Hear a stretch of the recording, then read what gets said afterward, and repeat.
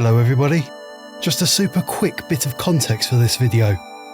I was remastering my Super Mario 64 video for a How Good Was It compilation, but I really liked how it came out, so I've decided to release this as a standalone video before the compilation is published. Just a little tip of the hat to my first retrospective on the channel for my 5-year anniversary. Check out the description for more information. Enjoy.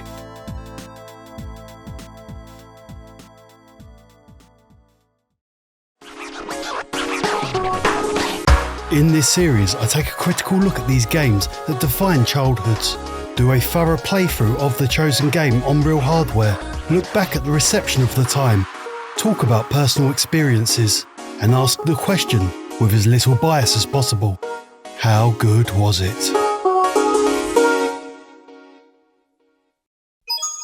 It's me, Mario! There are some games you review, and there are some games you almost feel guilty reviewing. Super Mario 64 is one of those games. It's been called revolutionary, genre-defining, one of the greatest games ever made, and enough variations of masterpiece that questioning any of it almost feels like walking into a church and asking whether the stained glass windows are a bit dated. But it's for that reason why we should continue to talk about games like Super Mario 64. Not due to nostalgia nor fandom, but to remember what made these old games so great, amplify the best and most revolutionary aspects, while acknowledging the cracks, usually a result born from trying to create something that has never been done before. And that is when Super Mario 64 really comes to life, when exploring all of these areas. Shigeru Miyamoto's 3D masterpiece was released in 1996, but for me, this journey began on my birthday in 1997. I vividly remember ripping the wrapping paper off the box in front of me, already knowing what was inside. It was the Nintendo 64.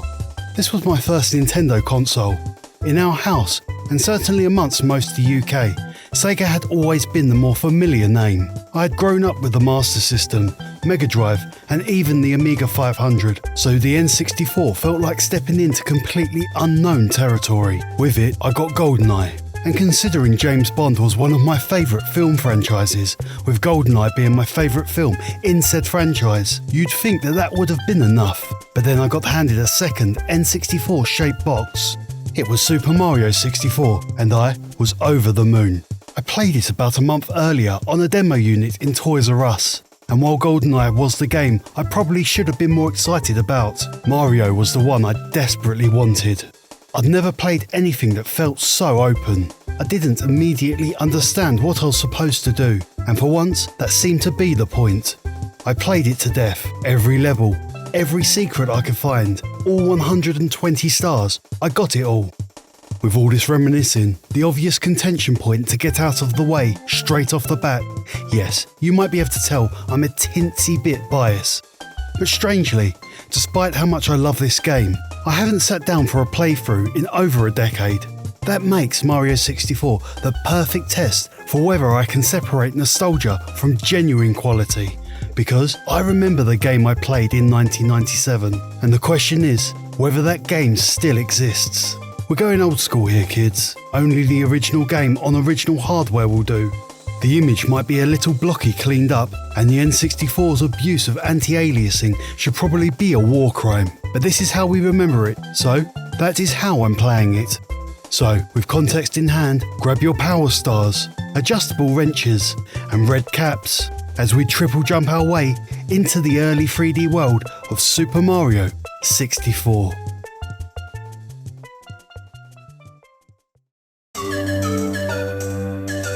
We enter the game, and even before starting, Nintendo were already showing off their tech, being able to stretch and manipulate Mario's face for absolutely no reason whatsoever. Don't lie to me, you know you spent hours doing this too.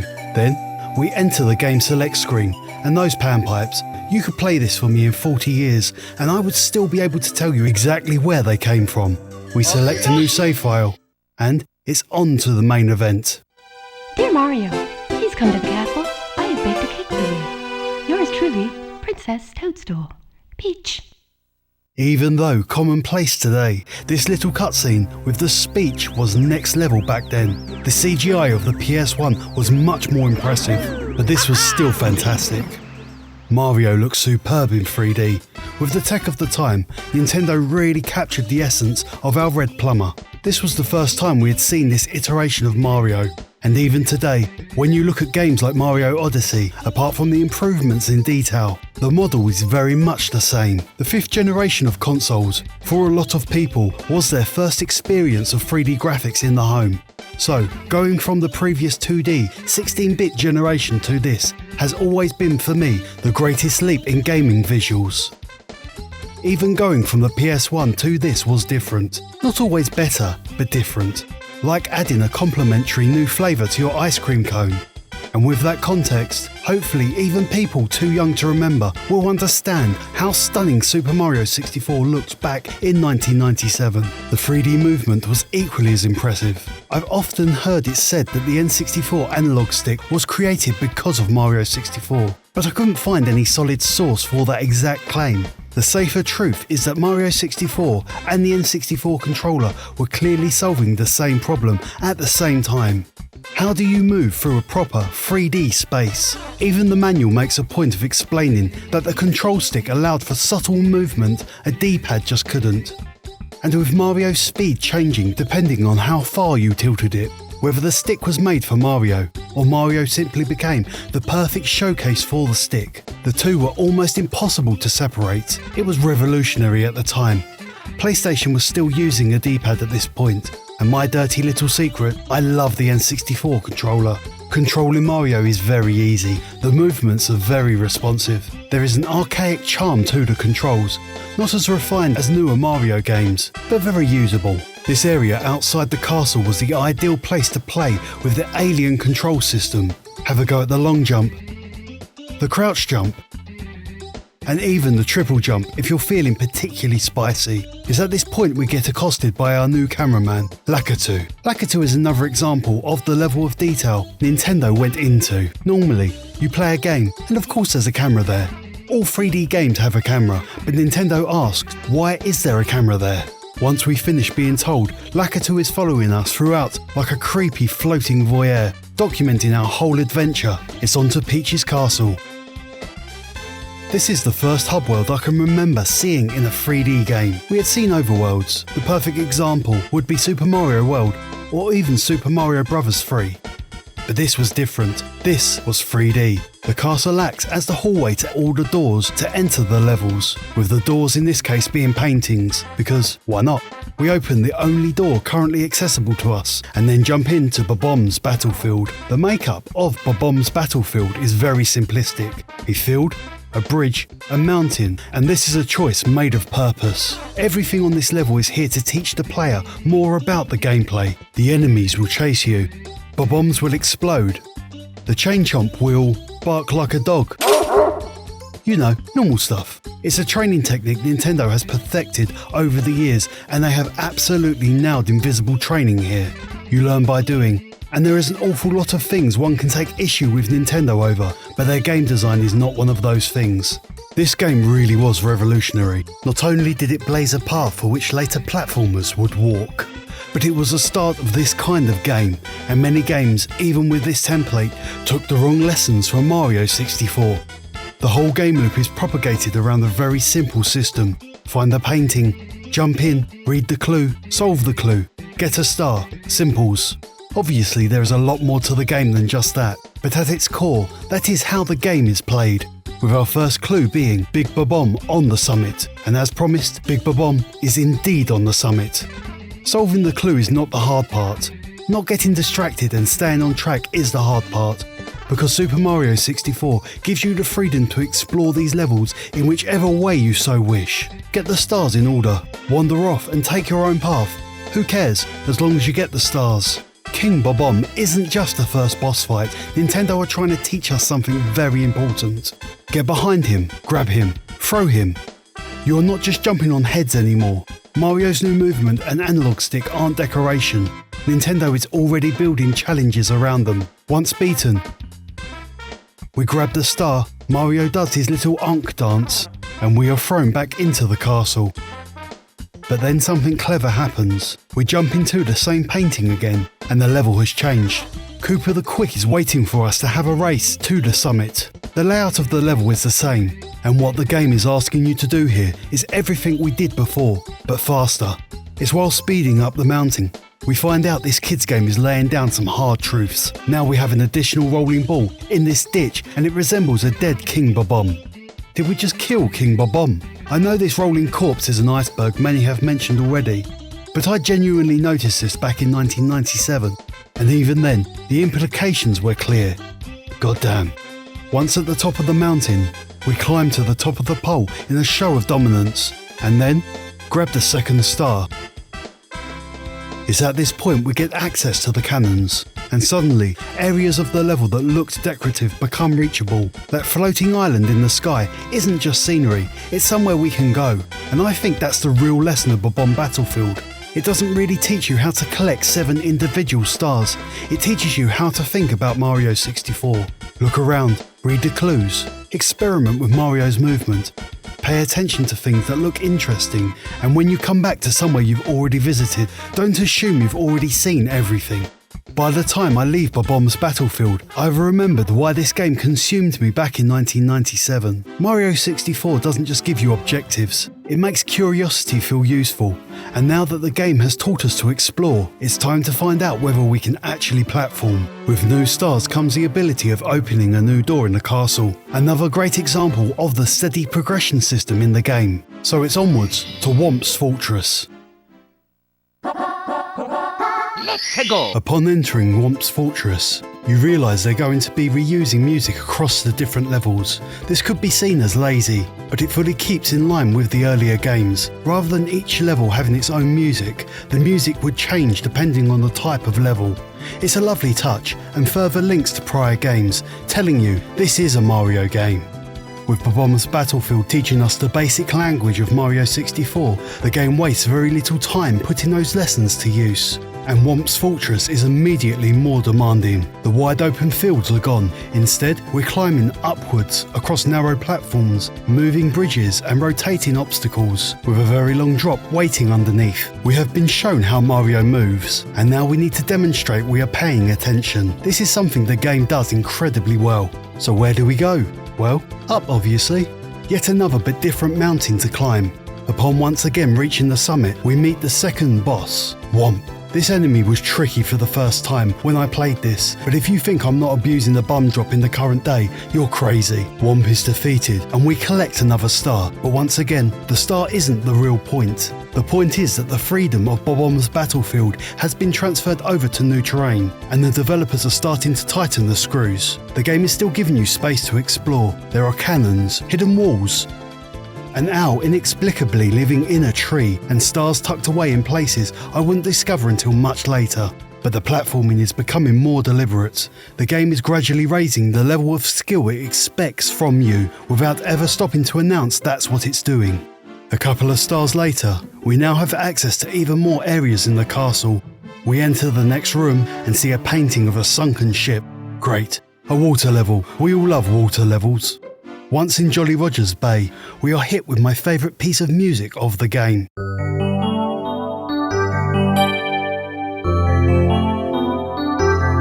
Honestly, this is wonderful. The slow build-up, the tempo, the echoing synths. It's just a chef's kiss piece, perfectly representing the peaceful, floating embodiment of water. Relaxing, almost dreamlike, and then a giant eel tries to bite your fucking face off. Jolly Roger Bay is a brilliant example of how important music is in Mario 64's atmosphere, because the soundtrack and my actual experience of playing this level appear to be describing two entirely different events.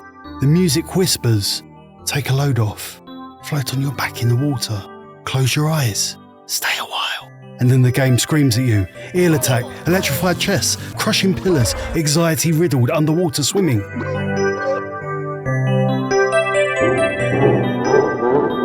Yep, we got a water level. With the introduction of swimming, we finally get to reach my first mechanical complaint within Mario 64, the health meter. Your health and breath meter are one and the same. Stay underwater, your health slowly drains. Fair enough, but resurfacing completely restores it, which means Mario can be beaten half to death, stumble over to the nearest body of water, briefly stick his head underneath, surface, and back to full health. It cheapens the health system considerably, and it's one area where games that followed Mario 64 improved on the formula. Banjo and Kazooie, for example, separates health and oxygen, meaning resurfacing lets you breathe but doesn't magically heal your injuries. It's not game-breaking, but it is the first mechanic. Going back after all these years, I found myself thinking, yeah, that's actually a bit rubbish. Unfortunately, I don't have much time to contemplate game design because I have unfinished business with an eel. Oh, let me tell you, I hate this eel, and for the love of me, I cannot get him out this hole. I'm pretty sure back in the day, once he hit me, he came out to play, but apparently not. So, I get bored and attempt a different star. And we're pretending this didn't happen and moving on. We enter Jolly Roger's Bay for the first time. We go back to play with that bug-eyed bastard, and he eventually stops being a bellend and vacates. We swim inside, open the chest in the correct order, and the water begins to drain. This is where Jolly Roger Bay suddenly becomes much more interesting. The ship physically changes around you. What was an underwater environment slowly becomes a platforming challenge, with the decks revealing themselves as the water disappears. It's another small example of how Mario 64 constantly plays around with its environments rather than treating the levels as static obstacle courses. Naturally, I deal with this clever piece of game design by swimming to the highest platform as quickly as possible so I don't have to interact with any of it. Pro gamer move. Star collected, and I'm leaving. Jolly Roger Bay can fruit my scrote. Upon leaving, I see a hole in the wall, and we are introduced to the first of the castle's secret stars, transporting Mario to a human aquarium, which is genuinely unsettling when you think about it. Mario is stuck in there until he either gets the red coin star or drowns. Peach has questions to answer. This tells us that now we need to be just as vigilant in the castle as in the levels, because there will be secrets. At this point we know how to explore, how to platform, and with Jolly Roger Bay, even been shown how the changing environment can completely alter the way Mario moves. So naturally, Nintendo's next idea is to cover the floor in ice and throw the bastard down the mountain. Next up, Cool Mountain. We are greeted with a house, a large chimney, and a trail of coins. What is one to do? Upon entering the chimney, we are introduced to our first slip and slide section. It's great fun. We take the secret tunnel, of course, rewarding us with a star. After jumping back in and delivering the baby penguin to its mama, we come across something that's always confused me back in the day. This is possibly one of my first memories of a developer trolling the player in a game. Climbing on this house, we find this baby penguin, and upon delivering it to the mama penguin, we're informed this isn't her baby. Oh, okay, we'll just leave it here to die then. Don't worry yourself, I'll deal with it. Cool Mountain doesn't really teach us anything new in the same way Bob-omb Battlefield did, but it doesn't need to. Mario's movement is now the toy. Nintendo can change the terrain, make the floor slippery, building an entire star around controlling momentum, and simply trust that we'll work the rest out.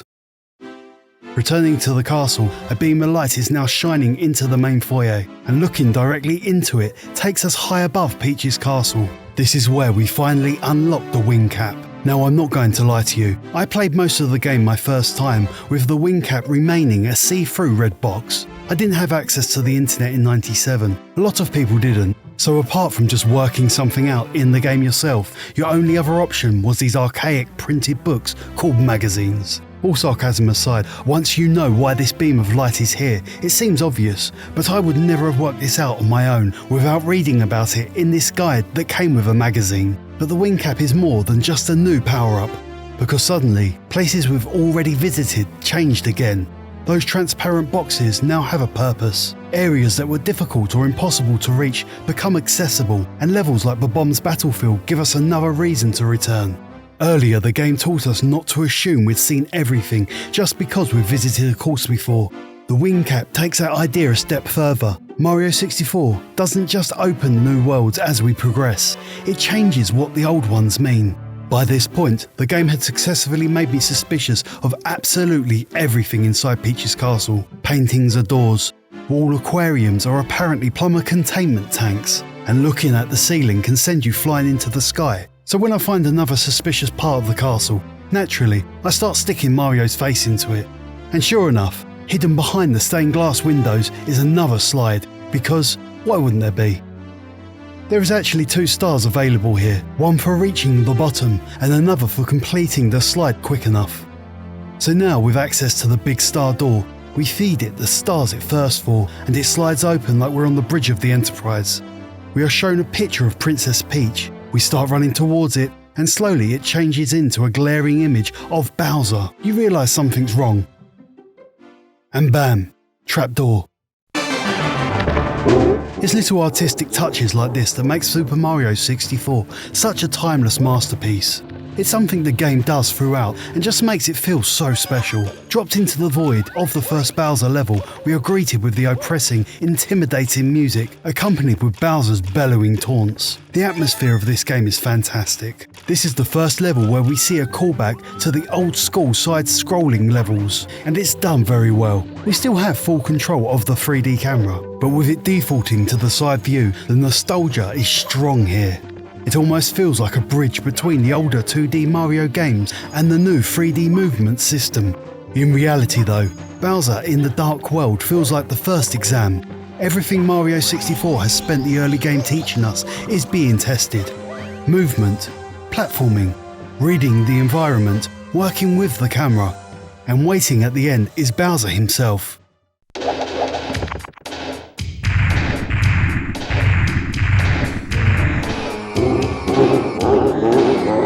I remember these fights being considerably more intimidating than it is now. Bowser looks huge. The arena is surrounded by bombs. And for the first time in the game, we finally come face to face with Mario's most famous enemy. Mechanically, we've already been taught what to do. Get behind him, grab him, throw him. King Bob-omb wasn't just a random first boss. The game introduced grabbing and throwing almost immediately, and now Nintendo takes that basic interaction and adds an analog stick and builds the first Bowser fight around physically swinging him towards the bombs surrounding the arena. It's simple, probably much simpler than I remember, but once again, Mario 64 is building up a challenge around its new movement rather than simply asking us to jump on another enemy's head. And after one carefully aimed throw, so long gay Bowser. Bowser disappears, leaves behind a key, and for the first time since entering Peach's castle, a completely new part of the building is open to us, the basement. En route to the basement, we find a Boo floating in the hallway. Naturally, I chase it because after Big Bob-omb, Womp and that bloody eel, apparently my solution to every problem is now aggressive pursuit. The Boo leads us outside to a hidden courtyard filled with more Boos, and one of them appears to have an entire mansion hidden inside it. Of course it does. After a quick ground pound, Mario performs the most unnecessarily dramatic dive imaginable, and we're pulled into Big Boo's haunt. Now in Super Mario World, Boo's haunted mansions were some of my favourite levels, but for some reason that never translated over to this game. I don't love this level, but that's not to say it's not well designed. The music is eerie, the skybox is ominous, and the mansion looks great. I just never gelled with it. Nevertheless, we are still going to do some exploring. Killing Boo gives us a message. It's a great subtle way to guide us to a star. We kill all the Boos, and we're told Big Boo is on the way. Big Boo is a pussy, and after emasculating him, the staircase magically rises, and we get a star. We shall return, but for now, it's time to see what our oversized key opens. The key opens a totally new area, and while rummaging around in Peach's basement, we find out it's very wet down there. Sorry, I'll get my coat. It's in the basement section where the game begins to change. It knows we can move Mario, it knows we understand the stars, the paintings, and the basic rules of exploration. So rather than consistently introducing new ideas, it can start pushing and remixing the ones we already have. And sometimes, that's where the cracks begin to show. Lethal Lava Land makes its intentions pretty clear from the painting alone. Yep, fire level, an evil fire level. Unlike Bob-omb's battlefield or Womp's fortress, almost the entire course is visible from where we start. It's smaller, more boxed in, and surrounded by lava, meaning one bad jump normally results in Mario setting his arse on fire and sprinting uncontrollably across the level. Mario's movement is still excellent, but the game is becoming noticeably less forgiving about mistakes. The wide playgrounds of the early game are slowly being replaced with hazards, tighter spaces, and areas where losing control of Mario for a few seconds can be the difference between recovering and dying. And after bullying the big bully and grabbing a couple of stars, we leave Lethal Lava Land to find an old foe waiting for me. Mips, you little bastard. After a deeply undignified chase round the basement,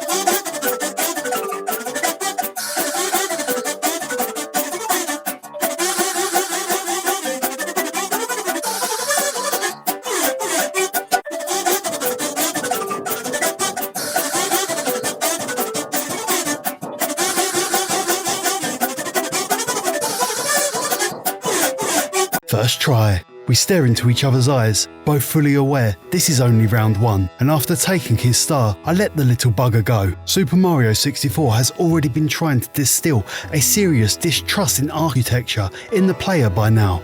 So obviously, this wall is a level, why wouldn't it be? To be fair, this is a well hidden, but not really well hidden stage entrance. See, I can never replicate that feeling of not knowing these little secrets.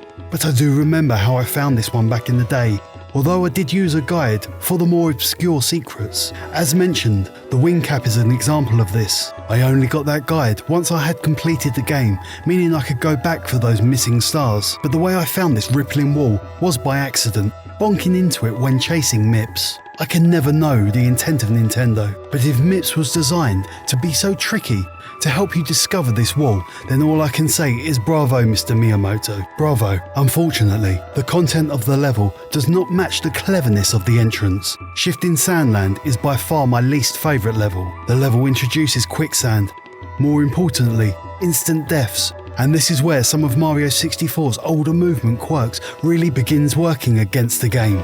Mario carries momentum, he slides. He can be awkward to correct on slopes. None of this is helped by a quarter of a century old analog stick, but that is a me problem, not a game design issue. Normally, these are manageable problems.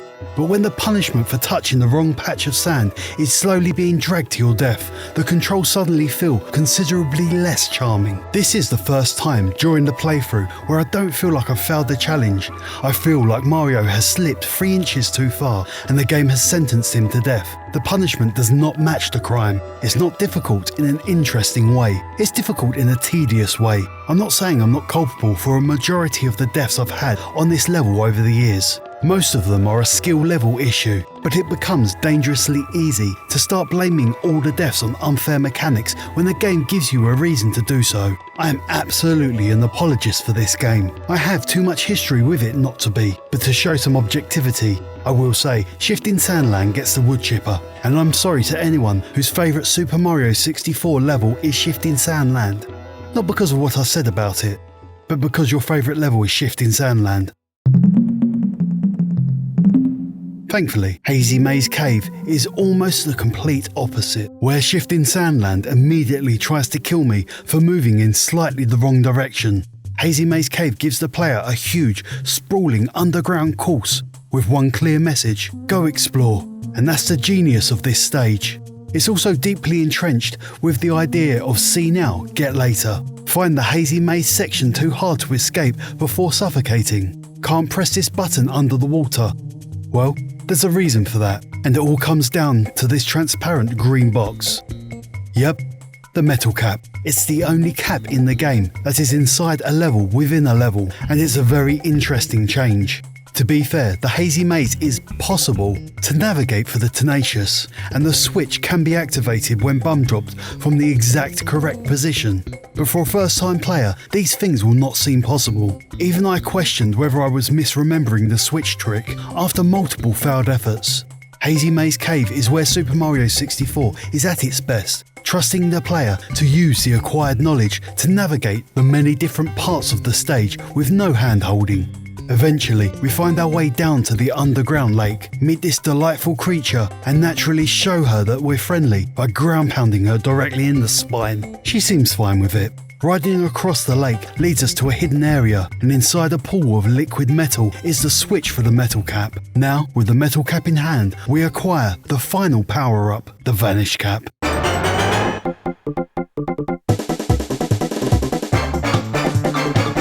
By working out a very solvable puzzle, again another one I found by pure exploration all those years ago, and all previously unattainable stars are now accessible. The caps aren't so much power-ups as they are keys, and it's a very well worked system. What I love most about the secret levels where we acquire these caps is how they teach the player what these new items do.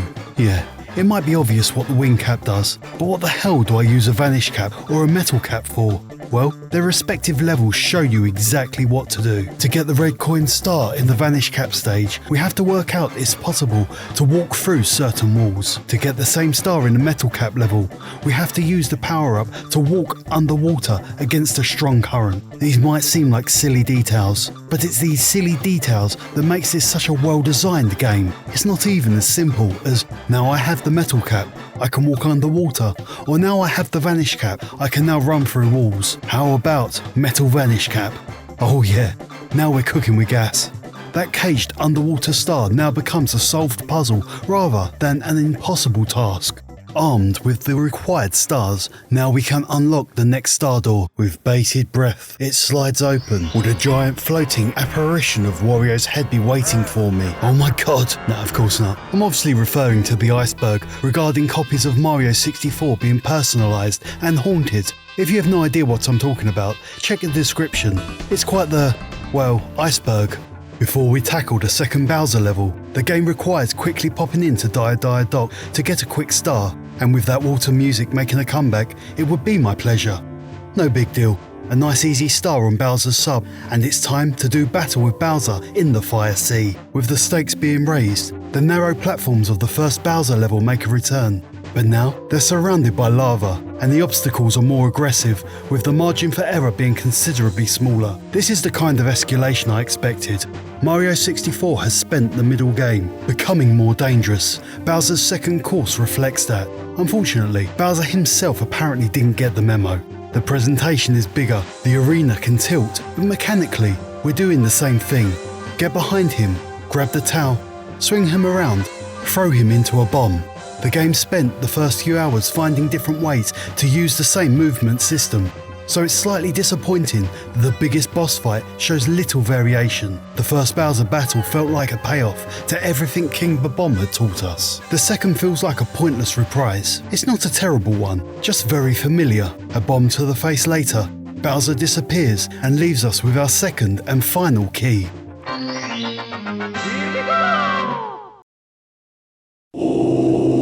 The next and final area of the game is now unlocked, the upper floors, but before all that, there is still a big boo that isn't going to emasculate himself. So, it's time for a side mission.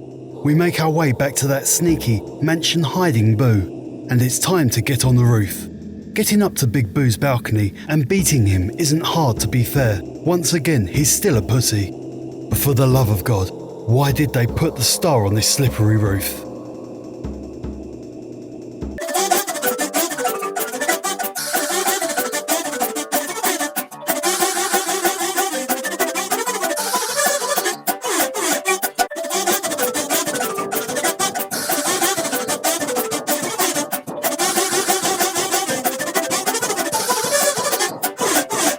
First try. Here we go! The next and final area, and it's here where Mario 64 doesn't just trust you with the information you've been given, but actively pushes back and aggressively makes you apply all previous lessons. Now, I like watching the occasional speedrun, and no runners amaze me more than Super Mario 64 speedrunners. It's one of those things you have to see to believe. The skill level of these playthroughs are on a different level, and no trick is better than the backwards long jump. For anyone that doesn't know, the BLJ is a trick pulled off on stairs and completely breaks the game. When making the game, the developers forgot to limit Mario's backwards speed, so when using BLJs, Mario can break through barriers that have a star requirement, this door being one of them. So, I'm going to show you what a skilled gamer I am by pulling off this trick.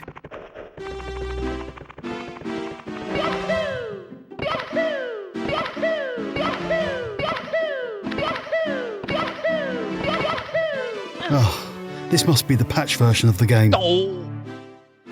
Anyway, first stop is a star door, and inside we see Miyamoto and his team's creativity shining through. The giant mirror on the wall is a brilliant visual treat. Looking into the mirror, you can see Mario, and the game reminds you Lakitu is still the cameraman. The whole concept of the game being filmed by a cameraman following you is very meta. It's while looking in the mirror and playing a quick game of Spot the Difference. We can see there's a picture in the reflection that isn't in the room, so we jump in the wall to enter Snowman's Land. Let's go! It's another snow level. Snowman's Land isn't a level I either love nor hate. It's just more of what we already saw in Cool Mountain. And it's just... meh. There is some nice ideas here, like the igloo acting as a snow-based TARDIS.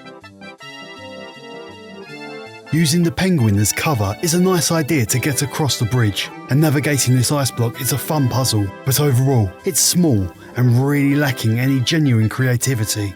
That, however, is not something that can be said about Tiny Huge Island.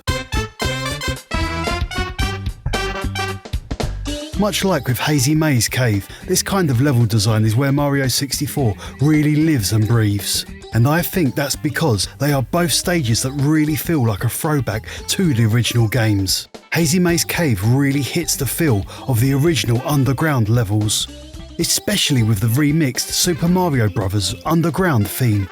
And Tiny Huge Island is absolutely a throwback to World 4 Giant Land in Super Mario Bros. 3. The theming of this stage is so fun. Mario can be huge or tiny depending on either the painting you enter or using a pipe to transform. Some stars where you need to enter small spaces require Tiny Mario, some need Huge Mario to traverse large areas, and some require using both together. Tiny Huge Island really is a treat to play, feeling huge and intimidating, but small and claustrophobic at the same time. The final two stages in this section are Tall Mountain, more of a filler level than something that adds genuine quality to the game, and Wet Dry World, which is certainly something. Wet Dry World is a strange mix of annoying gameplay but intriguing ideas and creepy but interesting symbolism. It's not necessarily a poorly designed level. It's got some interesting mechanics, like these wind-up baddies that throw you into the air, tricky moving platforms, water level moving crystals, and a wet-dry mechanic where the water height changes depending on whether you go through the top or the bottom of the painting to enter. It's just so goddamn creepy, and it's hard to nail down why. Maybe it's the strange skybox, which is reportedly Shibam, Yemen. Maybe it's the abandoned, flooded town. But there's just something off, almost isolationist. Even the music that we had already heard in Hazy Maze Cave sounds creepy here.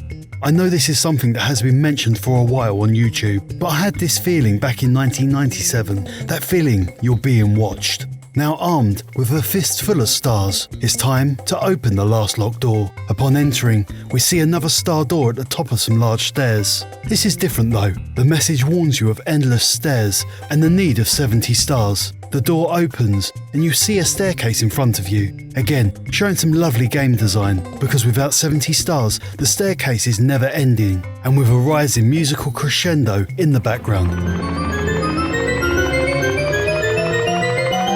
Very clever. Unfortunately, not clever enough though. These stairs aren't actually endless. Without the required stars, the game will just transport you back down the stairs, giving an endless effect. The only problem is, with the BLJ we discussed earlier, the illusion can be broken entirely. Haha, my first successful BLJ.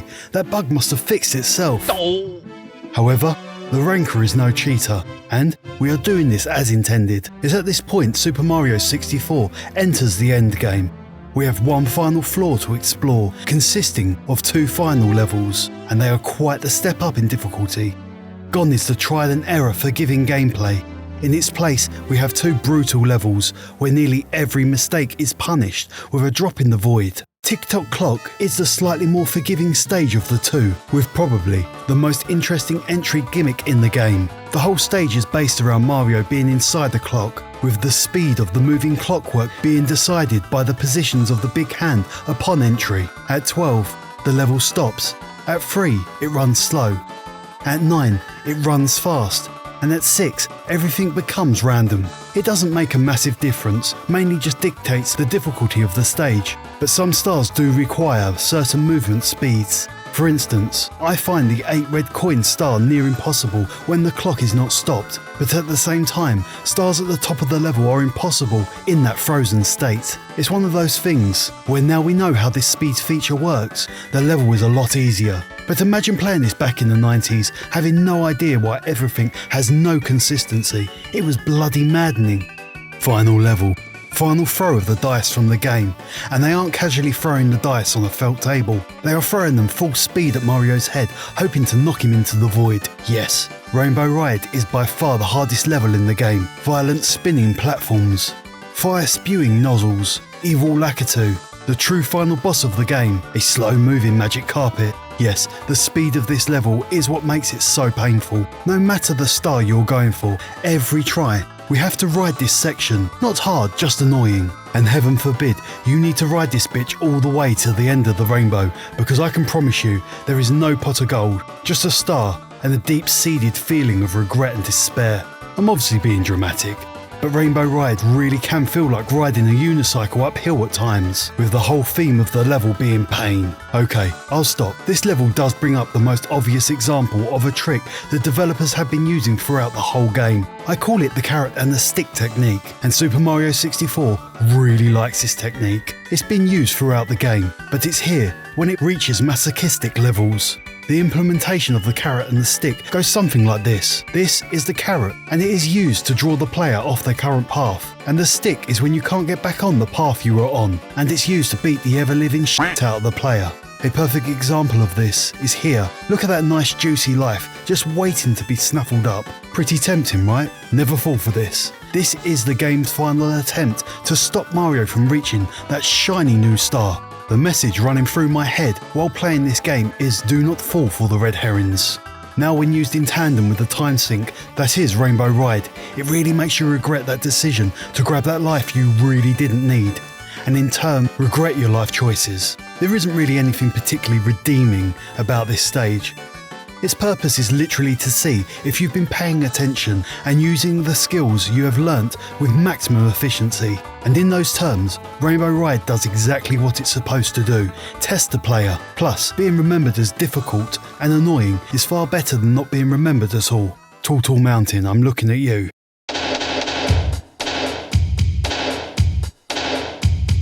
The game only requires 70 stars, but with 120 up for grabs, you bet we're getting them all. With the last star hiding in the final Bowser level, we currently have 119 stars to show for our mammoth effort, and it's time to climb the metaphorical mountain of never-ending stairs, now not so never-ending, and jump into the ominous hole to finish this once and for all. Bowser in the Sky is not a hard level. It has that feel of the calm before the storm, the game saying, have a break, because you're gonna need it. The hardest part of this final Bowser stage is the evil placement of the 8 red coins. Well, this one.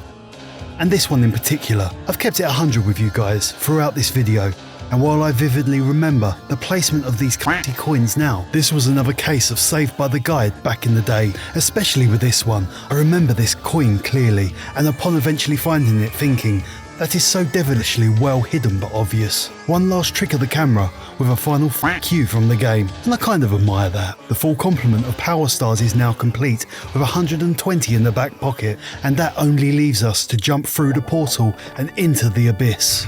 Upon landing on the floating platform, the boss music kicks in and we go through Bowser's introduction for the third and final time. This time though, Bowser is looking much more menacing. The lighting effect on him is a great touch. It makes you feel like this is his final form. This battle is very much the same fare as the previous fights, with this one important caveat. Bowser must be blown up 3 times, with the fun little surprise that the floor breaks into a star shape after the second hit, making the third bomb much harder. Being terrible at the throwing mechanic. This is a tricky fight, taking more attempts than I'm willing to admit to finally finish Bowser off once and for all.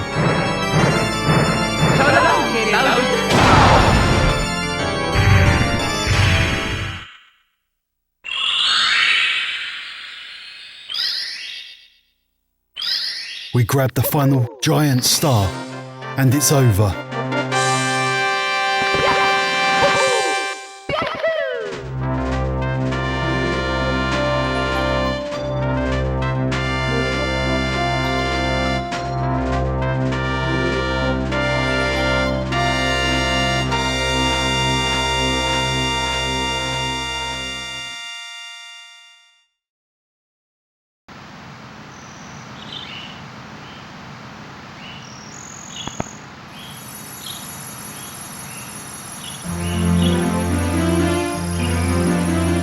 Princess Peach is rescued, the Mushroom Kingdom is saved, we get a happy ending cutscene, and then roll credits. So, with all that being said, let's rank it.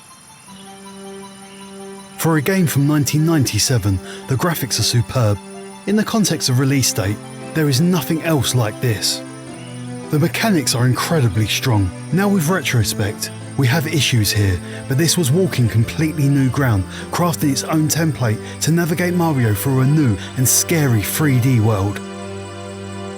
Taking the limited storage space of cartridge media into consideration, the music and sound design is top-notch. And as all great OSTs should, it doesn't just exist, it adds to the game. Truly masterful gameplay. The design and identity of this game is its strongest element, and is what keeps this game so relevant today. Still a really enjoyable time, even a quarter of a century later. But that is a view drenched in nostalgia, and much like how I initially hated Super Mario Sunshine because it wasn't Super Mario 64, I could see why someone that's never played this before would struggle with it, because it's not Super Mario Odyssey. I reward Super Mario 64 an overall score of 88%, placing it firmly at the top of game-changing. Being the first game in this series, Super Mario 64 is officially the best and worst game played. So, how do we sum up a game like Super Mario 64? Honestly, I had a great time replaying this classic. There are some dated mechanics, as you would expect, but overall, it's a fantastic game. It was definitely not overrated back in the day. It was 100% a game changer, no pun intended. And it was a true trailblazer in the genre. In the modern day, it's still a very enjoyable experience. Someone picking it up today for the first time is never going to get the same experience as someone like myself that played it back in 1997. However, I still think there's a lot of fun to be had here. At the beginning of this video, I asked whether the game I remembered playing in 1997 still exists, and ultimately it does, mostly. The difference is, I can see the cracks now. The camera is regularly fighting for control. Mario's momentum doesn't always work particularly well with the precision demanded in the later courses. Instant deaths make small mistakes considerably more frustrating. And the game occasionally increases difficulty by making you repeat long sections rather than giving you a genuinely harder challenge. The Bowser fight also lacks the creativity seen almost everywhere else.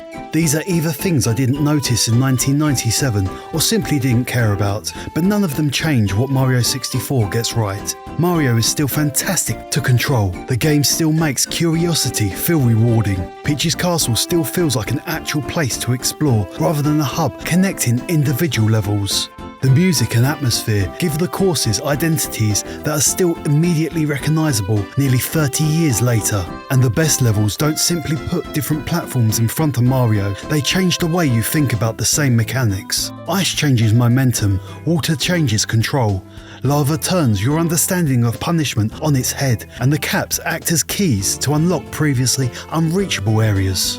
Nintendo built an entire game around one character's movement and then spent 15 courses asking how many different things they could do with that movement. That's what I think I remembered, not the individual stars, not collecting all 120. I remembered the feeling that I could go somewhere simply because it looked interesting, and more often than not, the game rewarded me for doing so. Super Mario 64 was revolutionary, but being revolutionary in 1996 and still being a good game all these years later are two completely different things. And despite the camera, despite the quicksand, despite MIPS, despite that f***ing hill, the game I played in 1997 is still where it always has and always will be, in a quirky castle within the Mushroom Kingdom. So, with all that being said, thank you for watching, be good, stay safe, and I will see you next time. Thank you so much for playing my game.